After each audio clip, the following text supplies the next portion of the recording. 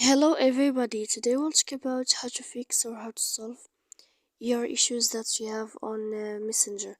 To know how to fix or how to solve Messenger, it's not working on your country, on your device, you should just go to settings. Here we click apps, default apps, app settings. After that we go to this window of Messenger. Then we click on force stop and we click OK. After that we click storage.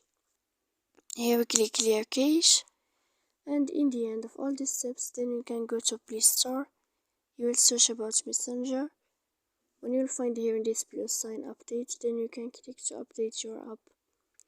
So please don't forget to support us by like and subscribe.